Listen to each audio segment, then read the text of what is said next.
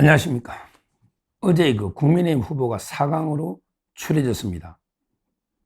그러면서 또 캠프마다 새로운 인물들이 대거 수혈되고 있습니다. 영입이.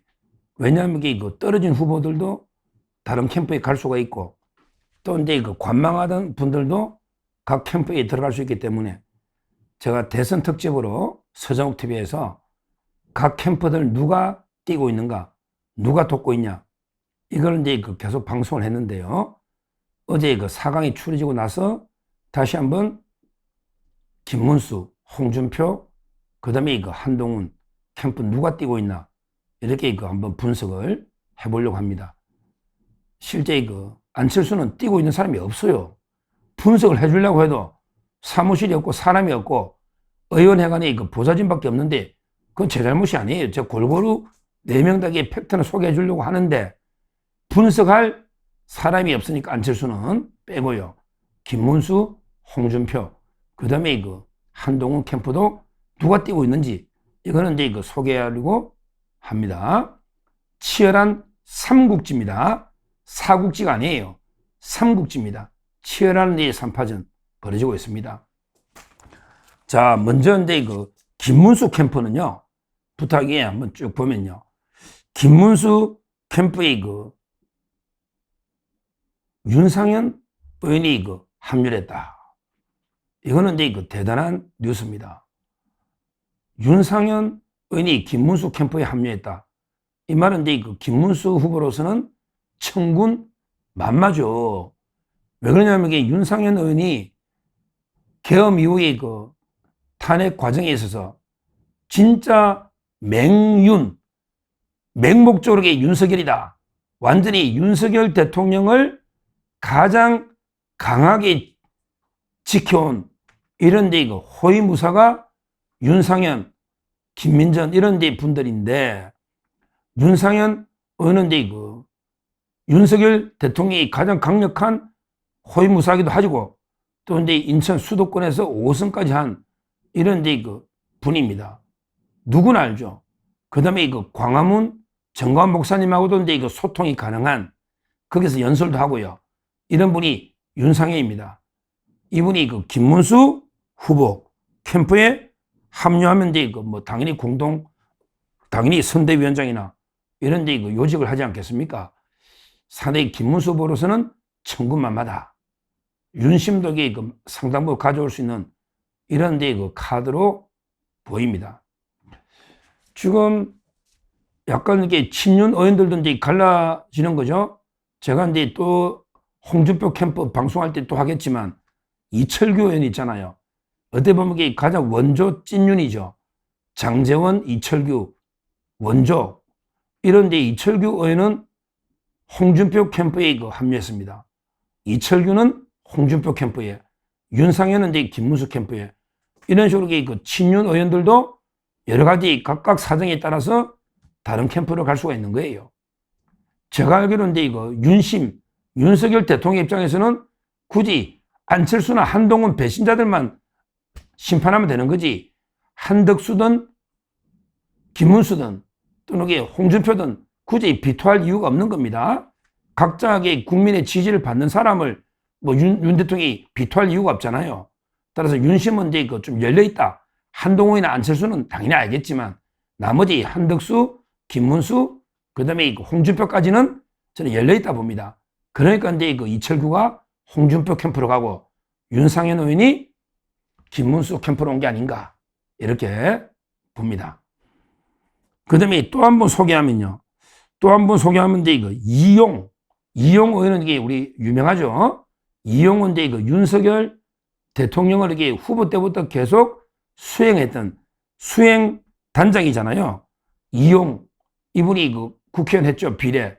윤석열 대통령이 수행실장 단장했던 이분이 김문수 후보 수행단장으로 들어왔다. 이용 의원이 김문수 후보의 수행단장이다. 그러면 이게 수행단장이라는 게 중요합니다. 그냥 따라만 다니는 게 아니에요. 캠프에서 어떤 돌발적인 상황이 생길지 모르잖아요. 이런 걸 적절히 대응을 잘해야 이게 되거든요. 수행 단장이 그만큼 중요한 자리입니다. 거기에 합류를 했다. 이렇게 봅니다. 그러니까 이제 지금까지 김문수 후보 캠프에 보면요.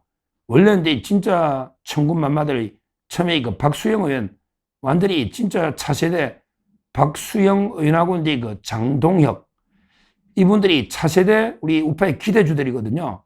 전북의 재선 의원들인데, 다 원래 이제 박수영도 여의도 연구원장부터 상당한 역할을 많이 했어요. 단식도 하고요, 이번에. 그 다음에 장동혁 의원은 원래는 이제 한동훈계의 핵심이었다가 지금은 세이브 코리아부터 이제 탄핵 반대 운동에 앞장섰던 이런 기대주입니다. 그래서 이제 처음에 박수영, 장동혁이 합류했다. 이게 천군만마했고요. 거기에 이제 윤상현까지, 이용호 의원, 이런 데 분들이 합류하고 있다. 이건 상당히 김문수 캠프로서는 아주 이제 고무적인, 희망적인 상황이죠. 자, 그러면 이제 과연 이제 누가 남아있는가? 이제 대부분 많은 분들이 지지 캠프를 찾아서 많은 분들이 옮겨간 것 같아요. 한동훈 캠프도 친한계부터 한 17, 8명, 친한계 원래 딱 있잖아. 그쪽으로 거의 가고 있죠. 뭐, 김성원인가? 그것도 원래 친한계입니다. 김성원. 옛날에 왜 수해 복구 갔다가 사진 잘 나오게 빛 좀 더 왔으면 좋겠다. 이렇게 징계 먹은 사람 있잖아요. 김성원. 그것도 이제 한동훈계로 가가, 한동훈계도 거의 한 17, 8명 되고요. 그 다음에 홍준표, 걔도 이제 본인들 보면 한 4, 50명 되는 것입니다. 지지 4, 50명. 거기에 이제 김기현 대표나 주호영 부회장이 움직임이 중요할 거고요. 그러면 이제 남아있는 108명 중에 한 70명 가까이가 빠져나가면요. 남아있는 이제 사람 중에 지도부 빼고 나면 김문수 캠프도 뭐 나머지 오지 않을까. 왜? 어차피 각 캠프로는 갈 겁니다. 지도부 몇 명 빼고 나면요. 지도부도 어떤 생각이 있는지 모르지만 일단 지도부하고 선관위는 이제 관리를 해야 되니까. 그래서 김문수 캠프도 상당히 많은 현역이 모이지 않을까. 이렇게 예상이 되고요. 실제 뭐 지금 현재 구도를 보면 가장 이제 중요한 분이 나경원 의원이 남아있는 거죠. 양양자는 이미 한동훈 갔고요. 나경원 의원이 어느 캠프를 선택하느냐. 원래는 이제 햄버거 해동도 같이 하고 오랜 친분 또는 이제 탄핵 반대 이걸 보면 원래는 김문수, 나경원, 이철우 이게 하나로 보거든요. 근데 또 어떻게 될지 모르죠. 뭐 나경원 후보가 이제 고심할 거예요. 홍준표냐 아니면 이제 김문수냐. 거기 나경원 후보가 합류하는 쪽이 상당히 힘을 얻지 않을까 이렇게 예측이 됩니다. 지금 치열한 이제 4강인데 안철수 빼고는 3강이잖아요. 여기에 저는 3명 중에 1명이 1차에서 바로 그냥 과반 50% 넘기기는 쉽지 않다. 이렇게 보고 있습니다. 워낙에 박빙의 승부이기 때문에 쉽지 않다고 봐요. 그러면 이제 일반적으로 결선 투표로 가야 된다. 1, 2등이 누가 하느냐 이렇게 보는데요. 뭐 보통은 이제 한동훈이가 탄핵 반대하고 이제 안철수가 한동훈하고 안철수가 탄핵 찬성, 그 다음에 2명이 탄핵 반대니까 탄핵 찬반에서 1명씩 올라오지 않겠냐. 그러니까 이제 한동훈이 올라오고, 그 다음에 김문수, 홍준표 중에 올라온다. 이렇게 단순하게 분석하는 분도 있는데, 저는 조금 이게 분석이 틀립니다. 왜냐하면 이게 파이가 다르다는 거죠. 당원들이 50%고, 민심이 50이고, 근데 민심도 이게 역선택이 배제된 국민의힘의 지지층하고, 이제 무당파가 좀 문제죠. 무당파 때문에 나경원 떨어진 거거든, 안철수한테. 무당파. 근데 무당파란 게 그리 많지는 않을 거예요. 결국 여론조사도 국민의힘 지지층이 기본이고요. 그 다음에 당원들 투표는 말할 것도 없고요. 이렇게 좁히면요. 오히려 이제 탄핵을 반대하고 윤 대통령을 지지한 이 파이가 7, 80%로 저는 봅니다. 오히려 이제 탄핵을 찬성한 한동훈이나 안철수가 20, 30% 파이로 봐요. 따라서 이게 무조건 탄핵 찬성하나 반대하나 이거 아니라고 저는 봅니다. 제가 분석하기는 파이가 이쪽이 커요. 파이가 이쪽이 압도적 큽니다. 그래서 저는 조심스럽지만 그 김문수, 홍준표, 원래 김문수, 홍준표가 둘이 결성해 갈 가능성도 상당히 많다. 이렇게 저는 분석을 하고 있어요. 그리고 이제 그 상대적으로 홍준표 후보는 이제 그 빅텐트에서 오늘 인터뷰도 했잖아. 빅텐트에서 가장 중요하게 보는 게 또 이준석 대표. 이준석 대표도 뭐 빅텐트에 너무 좋죠. 근데 본인이 안 한다니까 문제인데, 원래 이제 이준석 후보가 좀 친했던 사람이 오세훈, 홍준표. 이거는 맞잖아요. 팩트니까. 이준석 대표가 이제 좀 친했던 사람이 홍준표하고 그 다음에 그 오세훈이었거든요. 오세훈은 이제 떨어졌고요. 원래 이준석이가 안철수하고 싫어합니다. 안철수 싫어합니다.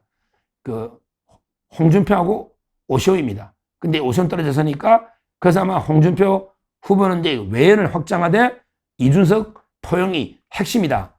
이렇게 보고 있는 거고요. 그 다음에 김문수 지사도 누구든지 빅텐트 열 수 있다. 누구든지. 그러니까 이준석도 넣을 수 있고 이준석을 배제하는 건 아니에요. 그 다음에 근데 중점은 한덕수입니다. 주로 이제 김문수 후보에 있는 분들은 주로 한덕수와 단일화. 이걸 이게 많은 염두에 두고 있는 거예요. 근데 상대적으로 한동훈이나 홍준표는 한덕수는 이게 뭐 권한대행 일이나 열심히 해라. 오히려 이제 한덕수에 대해서는 단일화 의지가 거의 약합니다. 본인들이 해야 되겠다. 그러니까 홍준표와 한동훈이는 독자적으로 간다. 근데 김문수 후보는 한덕수도 껴안아서 같이 간다. 이 차이가, 그러니까 제휴 어디하고 손잡느냐에 약간 다르죠? 김문수는 한덕수. 그 다음에 홍준표나 한동훈은 이제 독자적으로 간다. 근데 이준석에 대해서는 가장 적극적인 거는 홍준표입니다. 따라서 이게 3인 3색, 세 캠프가 전부 약간씩 지향하는 목표가 틀립니다. 뭐 어느 게 좋다 나쁘다 떠나서 저 팩트만 말씀드린 거고요. 아마 김문수 캠프에서는 이번에 김문수가 후보가 돼야 그 다음에 한덕수하고 다시 한번 이게 감동적인 드라마를 통해서 누가 되든 공동 정권이 또 될 수도 있는 거니까. DJP 연합처럼. 아니 쌍수 연합도 있잖아. 김문수, 한덕수, 쌍수 연합. DJP 연합만 있는 건 아니잖아요. 쌍수 연합도 있으니까 한덕수하고 같이 간다. 이런 대 전략입니다. 전략이에요. 하여튼 중요한 거는 뭐 김문수 후보가 저는 상당히 아직도 미시하나마 1등이 아닌가 이렇게 저는 분석하고 있는데, 여기에 오늘 가장 친윤, 맹윤이라고 부를 정도로 가장 친윤 윤상현 의원이요. 본인이 출마할까 고민도 했고 또 본인이 탈당해서 신당을 만들어야 될 고민도 했고 많은 여러 가지 고민이 있었는데 결국 김문수 캠프에 합류를 했으니까 천군만마가 아닌가 이렇게 보고, 앞으로 과연 김문수 캠프가 어떻게 약진할지 4강 과정에 한번 기대를 갖고 지켜보시면 되겠습니다. 감사합니다.